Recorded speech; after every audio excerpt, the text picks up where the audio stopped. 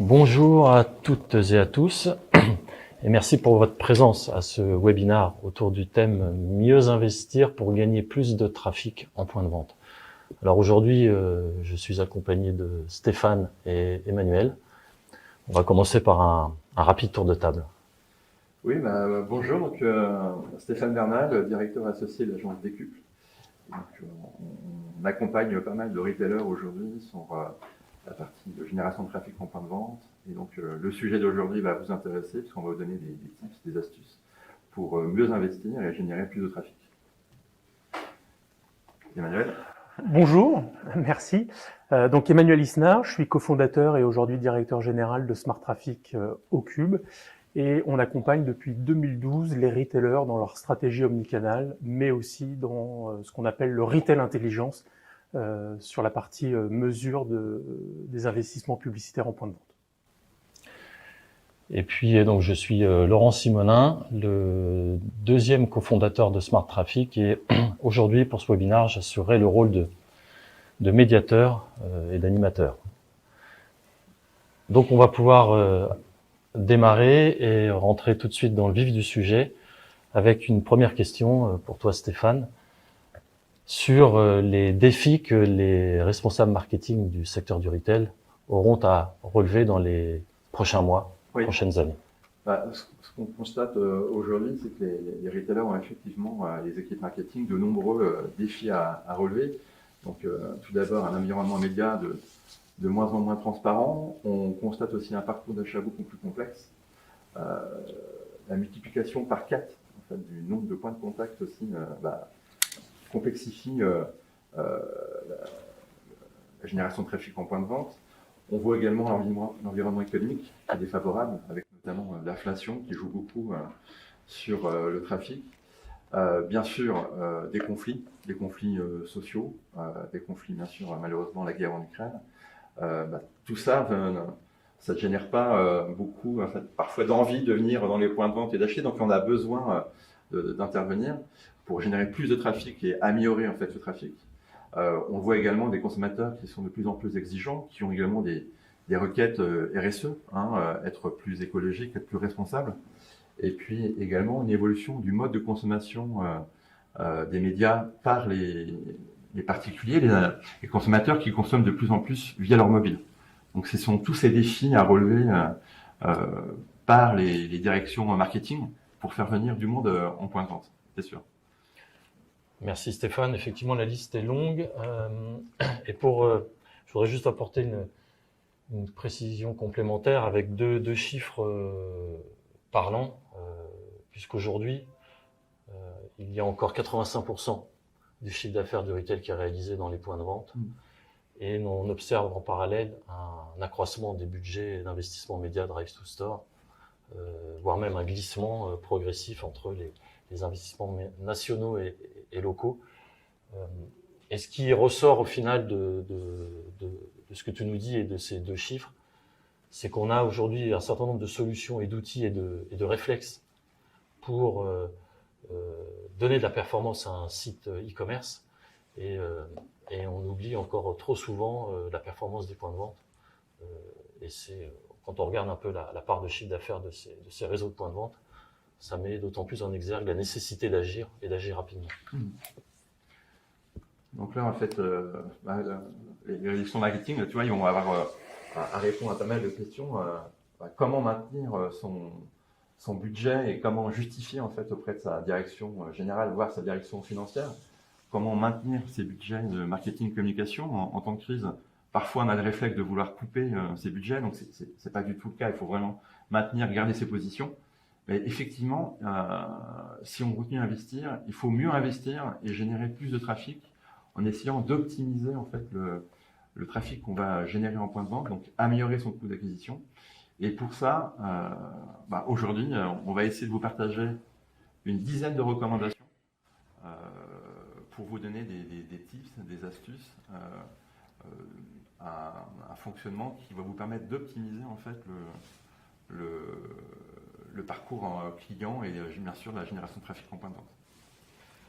Super, donc effectivement, rentrons dans le corps du sujet et regardons ensemble ces fameuses 10 recommandations que vous pourriez nous faire, Emmanuel et Stéphane, avec comme objectif d'éclairer nos auditeurs et puis effectivement d'avoir plus de trafic dans leur point de vente.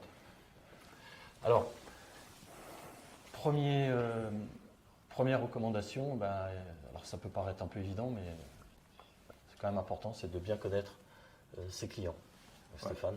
Effectivement, alors, nous bien souvent, on va accompagner nos clients dans l'amélioration de la connaissance client, puisque parfois on est tenté de cibler une zone de chalandise dans son entièreté, mais ou prendre quelques critères sociodémoclatiques. Ce qu'on voit, c'est qu'il est important, pour éviter un gaspillage publicitaire, c'est de toucher les bonnes cibles. Et pour ça, on a monté un produit qui s'appelle Family Square, qui va nous servir notamment à aller chercher les sosies de vos meilleurs clients.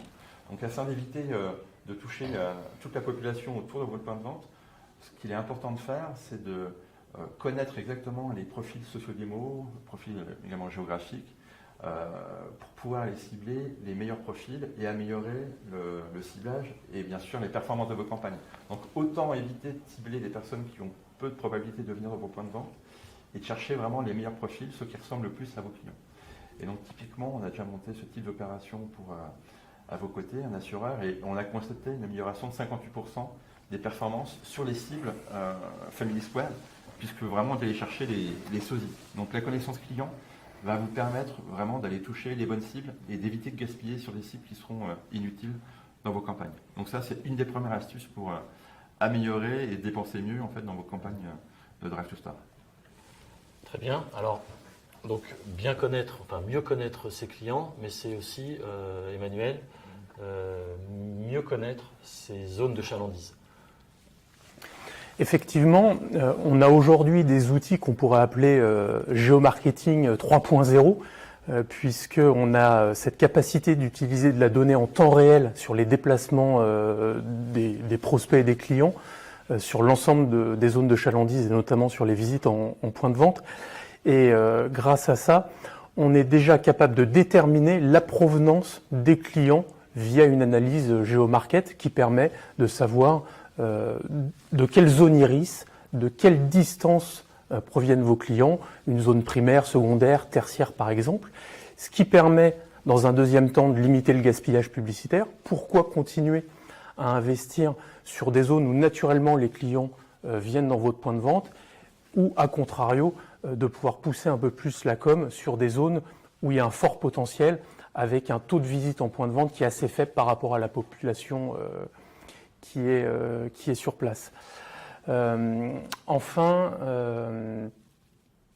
c'est obtenir des analyses qu'on pourrait appeler concurrentielles, c'est-à-dire qu'on est capable de connaître sur votre zone de travail, c'est-à-dire là où vos points de vente sont implantés, connaître la part de voix, comme sur Internet, la part de voix que vous pourriez avoir par rapport à vos confrères, vos concurrents sur place, et de savoir si vous êtes en évolution sur telle ou telle période ou sur la période d'analyse. Et tout ça, c'est vraiment pour éviter, par exemple, ce qu'on appelle le gaspillage publicitaire, puisque aujourd'hui, il y a quand même un chiffre qui fait quand même peur. C'est 53% des investissements n'atteignent pas la bonne cible. Alors on parle de gaspillage, c'est peut-être un peu dur comme mot, mais effectivement, comme on n'a pas ou souvent on n'a pas ce niveau d'analyse qui permette de savoir ce qui marche ou ce qui ne marche pas, on peut passer complètement à côté des investissements publicitaires. Alors ensuite, pour la troisième recommandation, donc là on a vu la clientèle, la zone de chalandise. Et alors, il y a un point qui nous paraît aussi important quand on parle de retail, notamment avec des réseaux de points de vente physiques, c'est la visibilité de ces réseaux de points de vente physiques. Parce qu'avant de parler d'activation et de mise en œuvre d'actions marketing, quelque chose d'assez simple autour de cette visibilité. Effectivement, avec tous les outils qu'on a aujourd'hui, on pourrait sous-estimer des choses qui sont assez anciennes, comme le référencement naturel. Et il ne faut absolument pas passer à côté de ces stratégies omnicanal, drive to store, en complément d'une stratégie d'acquisition, parce que c'est des choses qui fonctionnent depuis fort longtemps aujourd'hui, mais on voit des combinaisons qui, mises les unes avec les autres, développent beaucoup plus de synergie. Donc la première, c'est vraiment être visible sur les moteurs de recherche, sur les recherches locales. C'est le cas, par exemple, avec un de nos clients, Speedy, sur des mots-clés qui sont assez génériques et souvent qui coûtent très très cher en termes d'acquisition, et la mise en avant du Store Locator. Mais une visite sur le Store Locator va bénéficier, par exemple, de bons avis qui pourraient être visibles sur Google My Business, sur Facebook, mais aussi au sein du Store Locator. Et ensuite, évidemment, fournir les bonnes infos sur vos points de vente, ça paraît évident, mais ce n'est pas toujours le bon réflexe parce que c'est souvent le parent pauvre quand on a un site web. On met souvent le site web en avant et potentiellement on pourrait oublier un petit peu les points de vente. Et enfin, c'est surtout ne pas oublier tout ce qu'on pourrait appeler click to action qui vont driver des clients en point de vente et notamment la partie prise de rendez-vous qui va apporter un service supplémentaire que le site web ne pourrait pas avoir par rapport au point de vente, encore une fois, pour doper le drive to store, c'est-à-dire la génération de visites en point de vente. Et grâce à ça, vous pouvez sensiblement augmenter le trafic en point de vente et c'est le cas encore une fois avec Speedy où on a augmenté le trafic vers les centres auto de plus de 20% au bout de quelques mois. D'ailleurs, sur cet impact de la visibilité des points de vente sur le trafic en général, là, tu parles de 22%, mais il y a un chiffre un peu moyen sur l'ensemble du retail qui ont pu être observés. Est-ce qu'on est plutôt autour de 15, 30%? Alors c'est effectivement le 22% est plutôt une moyenne. On aime bien donner des chiffres précis. On fait de la mesure, donc ça nous plaît. Mais effectivement, après, ça dépend encore une fois de la notoriété de la marque, ça dépend de la taille du réseau, ça dépend le point de départ. Mais on oscille entre 15 et parfois au-delà de 30% quand il y avait potentiellement jamais eu de stratégie omnicanal au niveau local sur les moteurs de recherche, par exemple. Super. Stéphane, pour la quatrième recommandation, alors c'est d'actualité puisque avec tout ce qui va se passer autour du prospectus, de l'arrêt du prospectus, du WePub, du Stop Pub, etc. Quelle recommandation là par rapport à l'évolution de ces outils? Alors sur la partie prospectus, c'est un gros sujet puisque il y a beaucoup d'annonces qui sont faites par des retailers. Certains comptent arrêter totalement, d'autres vont continuer totalement ou d'autres vont faire un mix. Ce qu'il est important de dire, c'est qu'il faut s'adapter à vos cibles et à leur consommation des médias. Donc effectivement, alors, on a lancé une offre de digitalisation de catalogue, catalogue booster, mais ce qu'il faut savoir, c'est qu'effectivement, il y a certaines cibles qui sont plus appétentes au prospectus papier, donc se dire qu'il faut à l'avenir certainement améliorer son mix média en continuant à diffuser des catalogues peut-être papier mais d'une meilleure façon. Et d'ailleurs la mesure permet de faire aussi cette analyse en regardant quelles sont les zones qui viennent le plus avec le papier. Mais par contre c'est vrai qu'on a une consommation des médias par les consommateurs de plus en plus sur le mobile. Et donc rendre disponibles vos catalogues sur le digital semble essentiel. Donc pour nous, il est essentiel de partir sur une digitalisation, mais ils ont adapté aussi en fonction de votre zone. On le verra parmi une autre de nos recos, c'est vraiment d'adapter le prospectus et le digitaliser sur les zones qui seront le plus appétentes. Voilà. Ça m'amène deux questions, ce point-là en particulier. La première, peut-être pour toi Emmanuel, est-ce qu'on est aujourd'hui capable de mesurer un catalogue digital? Alors c'est effectivement une bonne question, mais au même titre qu'un catalogue physique traditionnel qu'on est capable de mesurer, on est évidemment capable c'est évident qu'on est capable de mesurer le catalogue digital et de pouvoir le comparer au catalogue ancienne génération, c'est-à-dire physique, mais aussi aux autres leviers. En mesure en point de vente, en chiffre d'affaires Bien sûr. Ouais. Et alors, dans la lignée de cette digitalisation du prospectus, Stéphane, il y a quelques actions un peu nouvelles là, qui sont mises en œuvre. Je pense notamment au catalogue de Carrefour qui a été récemment publié. Alors je pense que c'est un gros coup de pub. Ouais. À l'origine, c'était un jeu. Il y avait un jeu en fait sur des QR codes à scanner pour chercher des promos. À la fin, le dernier QR code consistait à télécharger l'application pour pouvoir consulter par la suite le catalogue sur le digital. Voilà, certains vont dire on a mis du papier pour faire du digital. C'est une expérience à voir derrière si ça a pu générer pas mal de téléchargements de l'application et si les adeptes du QR code ont vraiment téléchargé et vont continuer à utiliser le prospectus digital de Carrefour. Mais voilà, ils ont une démarche aussi mixte puisqu'ils ils continuent à faire dans certains endroits du catalogue papier et bien sûr ils essaient de plus en plus de digitaliser pour des raisons aussi bien RSE qu'économiques, hein, avec le coût du papier et l'inflation. Les deux sujets vont de pair. Ensuite, le déploiement d'une stratégie d'acquisition omnicanal. Donc là, c'est une recommandation qui me semble assez essentielle. Tu peux nous en dire quelques mots? Notamment, et qui va également avec la digitalisation du prospectus, c'est de se dire, avant, effectivement, les consommateurs attendaient leur prospectus sagement qui est distribué dans la boîte à lettres. Aujourd'hui, il faut multiplier les différents médias pour toucher toutes les cibles. Aussi bien faire du display, du Facebook, du SMS, qui est très efficace. Mais il faut surtout tester des mix différents, puisque en fonction de vos clientèles, vos cibles, ils seront plus ou moins appétents à ces différents médias. Et donc ce qui est important, et ce qu'on fait pour pas mal d'annonceurs qui sont en train de réfléchir sur justement diminuer le budget de prospectus, c'est de monter des mix médias différents et de voir quel est l'impact sur le trafic, quel est l'impact sur le chiffre d'affaires. Et bien sûr, on va devoir mesurer ces différents mix médias pour trouver les meilleures combinaisons qui vont permettre de, bien sûr, continuer et même faire grossir le trafic en point de vente. Et en corollaire de ça, il faut également adapter son mix média en fonction des zones de chalandise dans son propre réseau.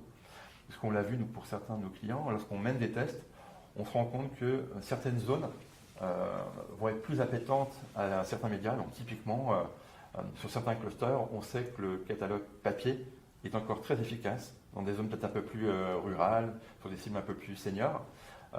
Et sur des cibles très urbaines, on sait que le pas est passé, la consommation des catalogues digitaux ou des médias Facebook, Instagram, SMS vont être aussi efficaces voire plus efficaces que le prospectus.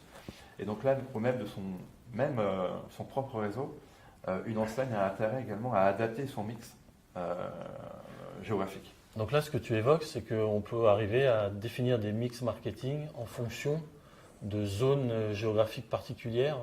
On pourrait aller jusqu'au code iris ou alors effectivement, et alors bien sûr avec un outil de mesure comme le vôtre, mais ça nous sert effectivement à pouvoir intégrer les différences de performance entre des zones de chalandise qu'on va découper au code iris, hein, donc c'est un découpage très fin, et encore plus fin, on peut descendre à un niveau carreau, donc qui est encore beaucoup plus fin que l'iris, et donc là ça nous permet d'avoir une pertinence sur le ciblage géographique, et de se dire il y a vraiment certaines zones, ça ne sert à rien de diffuser, on voit qu'il y a peu de trafic qui provient de ces zones-là, et donc là on va déjà les exclure pour, encore une fois, mieux dépenser dans nos budgets de Rêve to Star. Bien, alors là maintenant, Emmanuel, un sujet qui te tient à cœur, dont tu es un spécialiste à travers l'outil développé notamment par Smart Traffic. Donc toutes ces actions, ces stratégies omnicanales, ces mix marketing, etc., comment on peut les mesurer?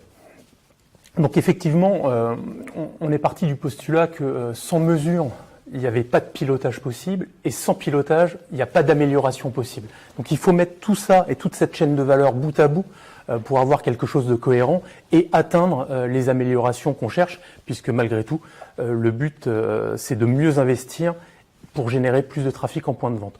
Donc, pour avoir cette vision-là, il faut être capable déjà de mesurer l'ensemble des leviers que les retailers utilisent. C'est ce que vous voyez sur la partie gauche. Pour ça, on s'appuie sur 3 piliers. Toute la partie mesure online, souvent en amont. Toute la partie mesure offline en point de vente, basée sur une double technologie de boîtier IoT, mais aussi de la captation de points GPS. Et le 3e pilier qui est essentiel, c'est le Graph ID, qui va permettre de retrouver la donnée pivot en amont et être capable de réconcilier des leviers comme le SMS ou même la TV. Par contre, encore une fois, l'intérêt de collecter toute cette donnée et de réconcilier, on va être capable d'aller vers l'amélioration si on a les données en quasi temps réel. C'est le cas de la plateforme Ocube. On va restituer les résultats à J+1 et à partir de là, vous êtes capable de piloter les investissements publicitaires et faire des arbitrages assez rapidement afin d'atteindre des taux d'amélioration qui sont plutôt très satisfaisants quand on voit le niveau d'investissement des retailers aujourd'hui. Et on est bien d'accord, aujourd'hui, avec la technologie notamment développée par Smart Traffic, on est capable de mesurer tout type de levier. Effectivement, on est capable de Il n'y a mesurer. pas de restriction particulière. Il n'y a pas de restriction particulière, à part potentiellement, on va dire, la presse et je lis un magazine avec une publicité papier, mais encore avec aujourd'hui le QR code qui est revenu vraiment sur le devant de la scène, on pourrait imaginer des combinaisons qui nous permettent de mesurer un certain nombre de produits très très offline. J'imagine également qu'il y a peut-être un point d'attention particulier, c'est d'être capable de mesurer toute la chaîne de valeur pour pouvoir comparer correctement entre elles, les différentes performances de chacun levier. Parce que quand on compare de l'affichage avec du prospectus ou du SMS, par exemple, est-ce que cette comparaison peut faire sens ? Alors effectivement, l'intérêt d'une solution de mesure, c'est vraiment de comparer l'ensemble des leviers qui vont être activés pour par exemple comparer ce qu'on appelle le coût par visite en point de vente et de se dire celui-là sur ce levier est meilleur de quelques euros que de l'autre, comment je fais mes arbitrages, est-ce que ça va me permettre d'aller chercher plus ou moins de clients, ainsi de suite. Mais ça, et on va y arriver sur le type suivant, avec l'émergence d'outils qui permettent aux retailers d'adopter les mêmes stratégies d'analyse que ce qu'on a traditionnellement sur le web, mais qu'on a réussi à transposer aujourd'hui sur les magasins, et notamment tout ce qu'on appelle modèle d'attribution-contribution, parce qu'encore une fois, et Stéphane le disait tout à l'heure, ce qui va générer des visites en point de vente, c'est un mix marketing. Donc c'est déjà bien dans un premier temps d'être capable de comparer les leviers les uns avec les autres, mais aussi d'être capable de déterminer des cohortes, des modèles de contribution qui performent plus que d'autres.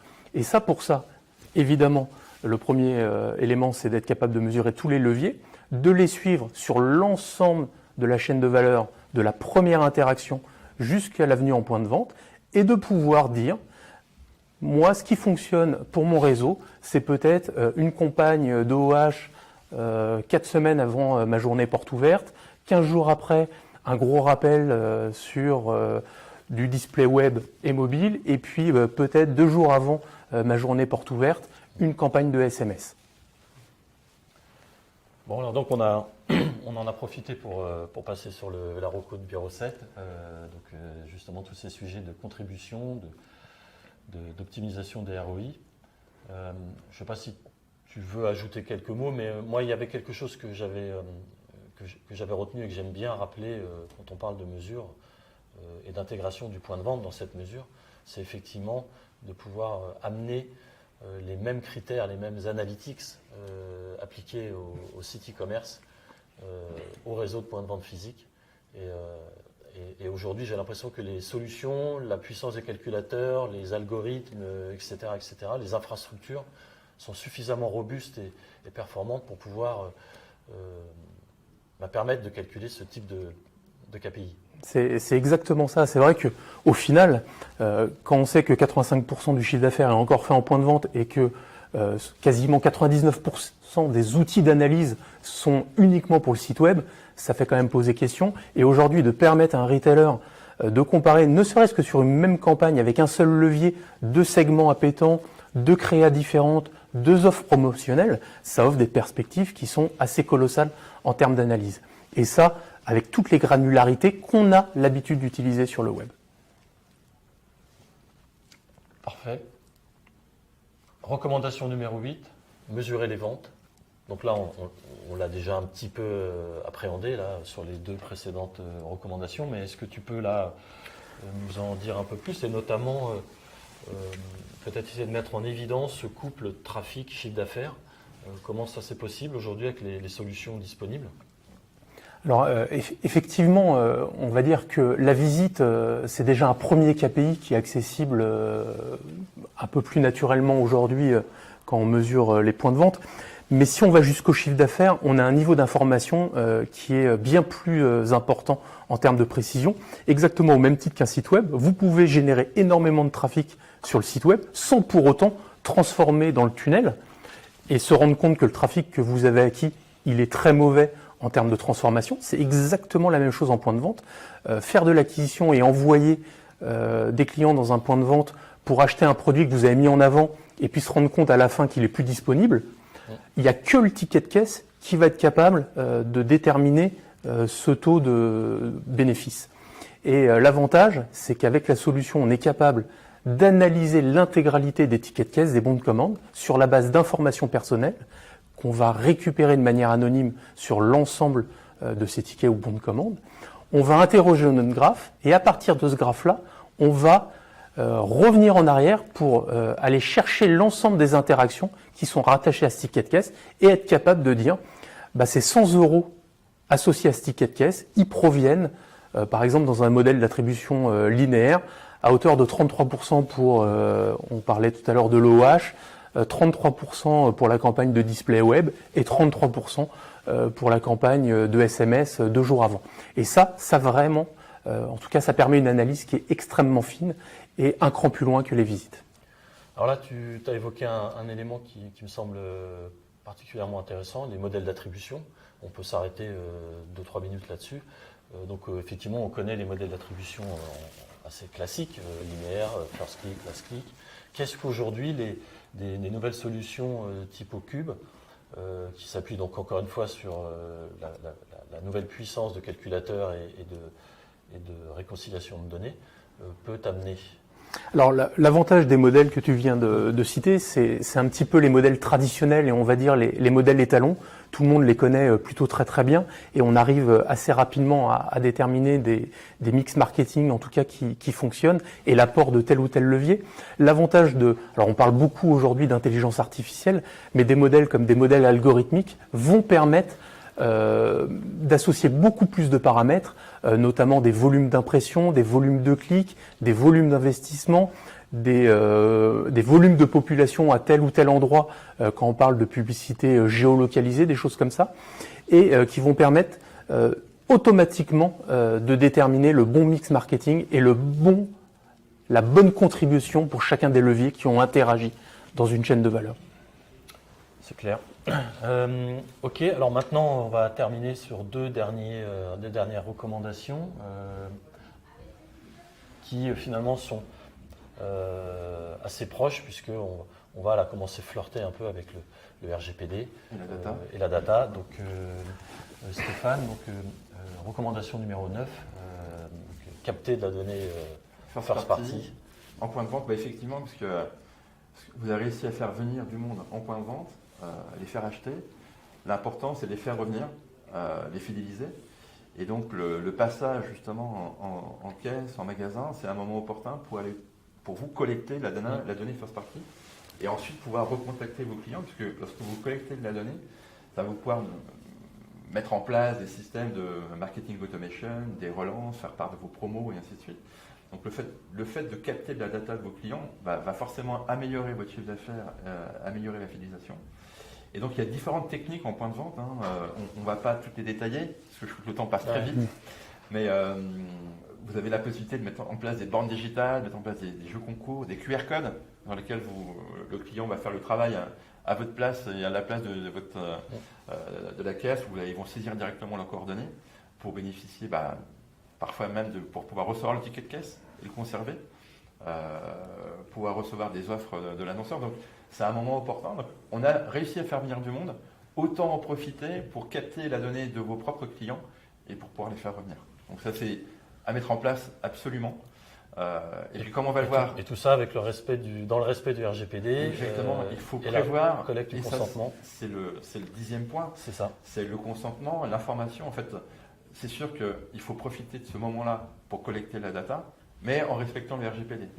Donc bien sûr, il faut prévoir quels sont les usages que vous allez faire en fait de la data, savoir quelles données vous allez collecter pour pas trop en collecter, puisque il n'est pas recommandé de collecter des données inutiles.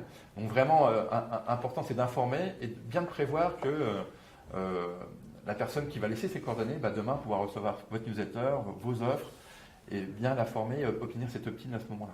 Donc ça, c'est important pour la partie RGPD. Nous, on le fait pour notre propre base. Lorsqu'on travaille sur notre référentiel Data Match, on est sur un référentiel avec plus de 30 millions d'individus, et forcément, on a agrégé des bases de partenaires sur lesquelles on a été très soucieux de vérifier leur formulaire, est-ce qu'ils ils respectaient bien les normes du RGPD, il y avait bien les bonnes cases à cocher, la bonne information et le bon usage des données. Donc ça, c'est hyper important, et je sais que pour vous aussi, c'est un usage du RGPD, du respect qui est primordial, parce que derrière, il y a des sanctions qui peuvent être importantes. Donc, Mais c'est pour ça que chez Ocube, on a pris le parti dès le début de se faire auditer par une société externe, l'AFNOR, via une certification AFAC, qui va auditer tous les ans notre capacité à respecter le RGPD. Et ça fait maintenant 4 ans qu'on réussit avec succès cette certification, ce qui nous permet en tout cas de nous auto-mesurer grâce à ça et de toujours être dans on va dire, la bonne trajectoire et dans les clous. Oui, puis je crois que c'est une certification logicielle. C'est vraiment un moment où l'intégralité du système, des méthodologies, tout à fait, de l'infrastructure, des sécurités et autres. Exactement. Ils vont vérifier si on anonymise correctement, si les bases sont silotées, si on les détruit au bout des temps réglementaires, et ainsi de suite. Et ça, vraiment de manière physique au sein de nos bureaux. Très bien, comme tu le disais Stéphane, le temps a passé super vite, ça fait déjà 35 minutes qu'on a démarré ce webinaire. Je pense qu'il est temps là maintenant d'apporter une conclusion.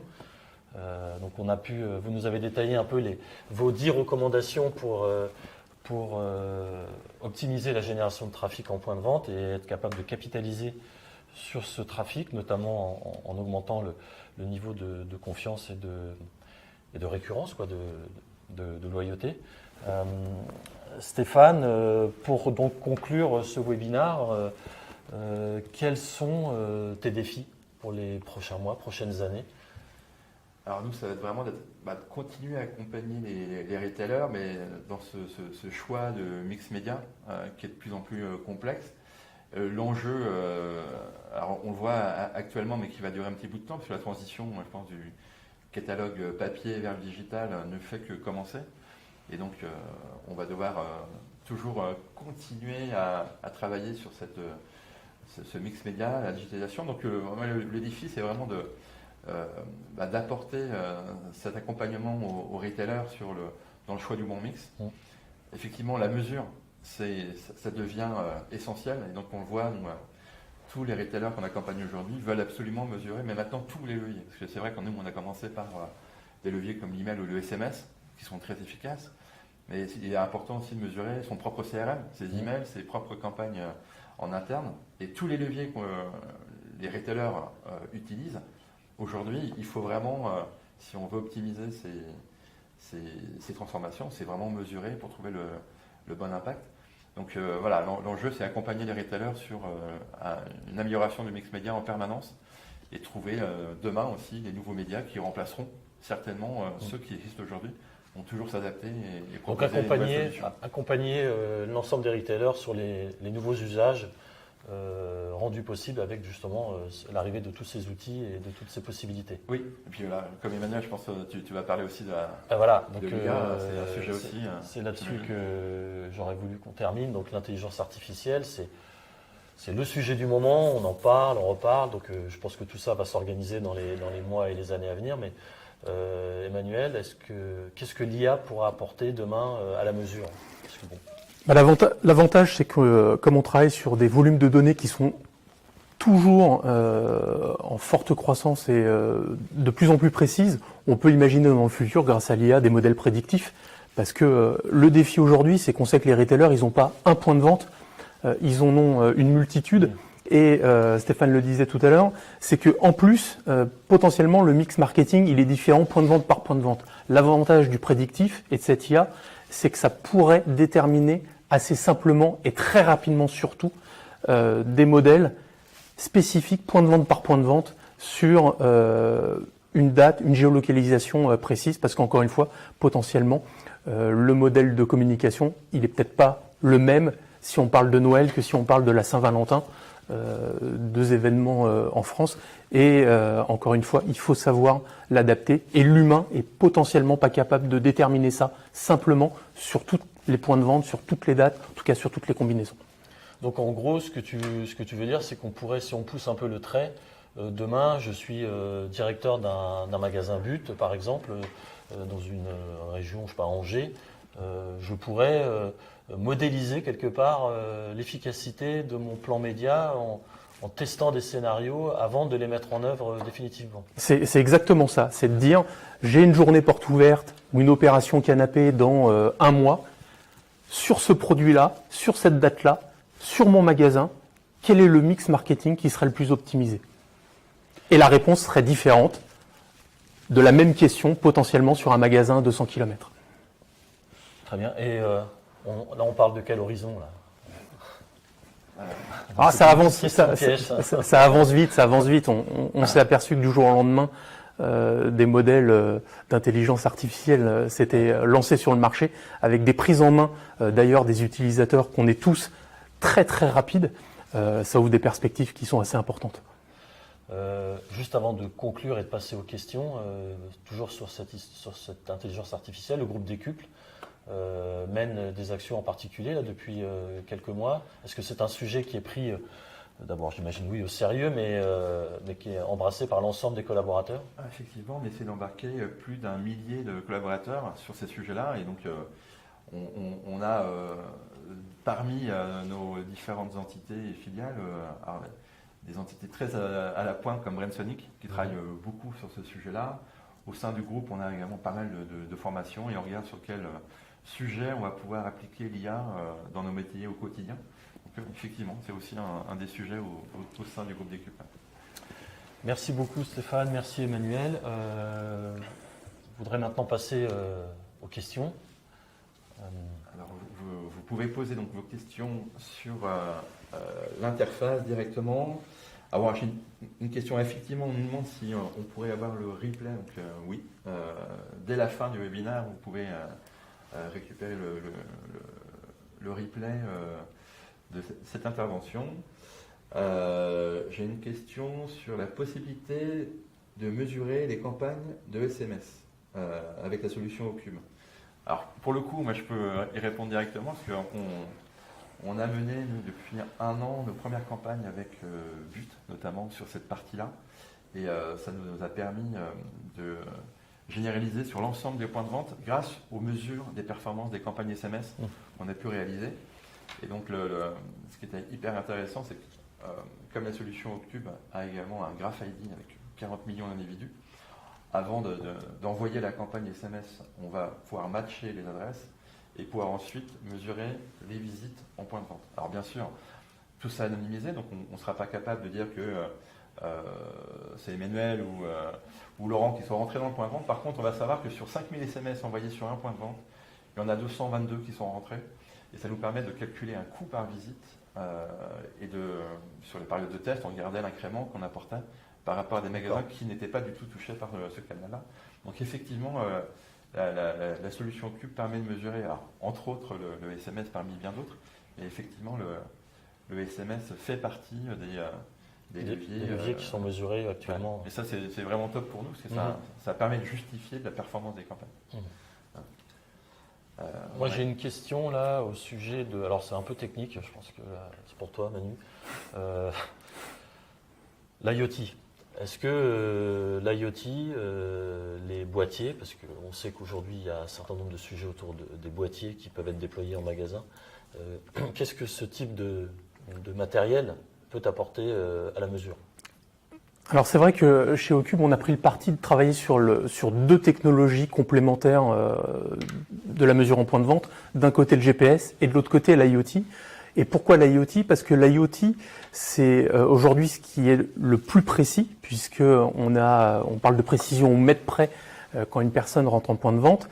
Et notre IoT est d'autant plus spécifique qu'on utilise et du Wi-Fi et du Bluetooth, ce qui nous permet de travailler sur l'ensemble de la population, peu importe qu'ils aient un téléphone Android ou iOS. Et c'est ça qui est intéressant. Et le dernier avantage de notre techno IoT, c'est que comme ça provient de nos technologies d'in-store analytics, on va calculer en continu le nombre de personnes qui rentrent et qui sortent du point de vente pour construire une base étalon point de vente par point de vente et de façon quotidienne. Et c'est sur cette base-là qu'après on va porter nos extrapolations, plutôt que de se dire on a tant de reach en France et on multiplie l'ensemble de nos résultats sur le territoire national exactement de la même façon, ce qui comporte toujours des biais parce qu'on n'a pas la même représentativité en termes de data.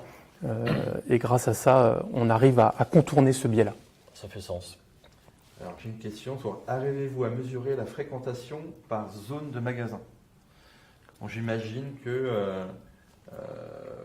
derrière la question c'est peut-être est-ce que par zone géographique, zone primaire, zone secondaire, zone tertiaire peut-être, ou la provenance peut-être du... Alors effectivement sur la partie géomarketing, on est capable de déterminer de façon très précise la liste par exemple de tous les codes iris qui génèrent du trafic. Donc on va être capable de dire tel pourcentage pour cette zone iris, tel pourcentage pour cette zone iris, et ça de manière exhaustive.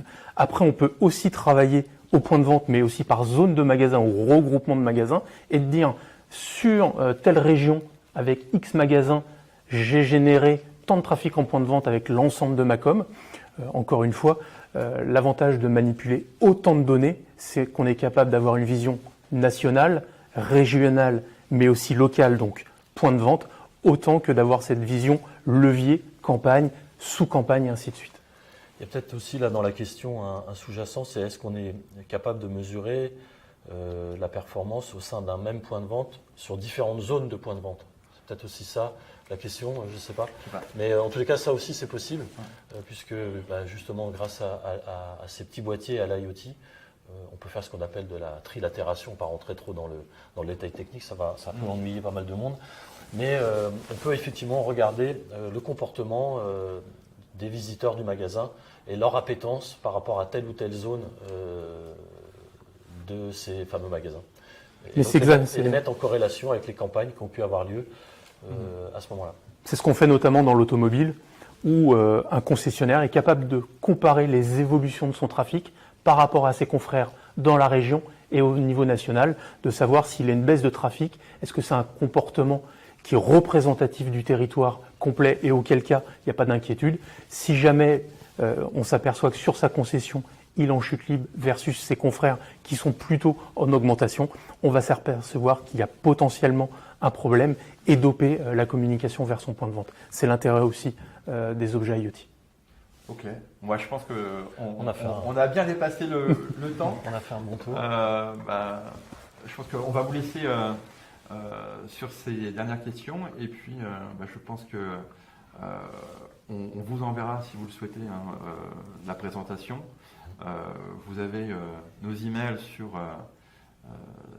ce slide et puis n'hésitez pas si vous avez des questions, vous pouvez nous envoyer directement, on sera ravis de pouvoir y répondre et on vous dit à très bientôt. Merci beaucoup. Merci, au revoir.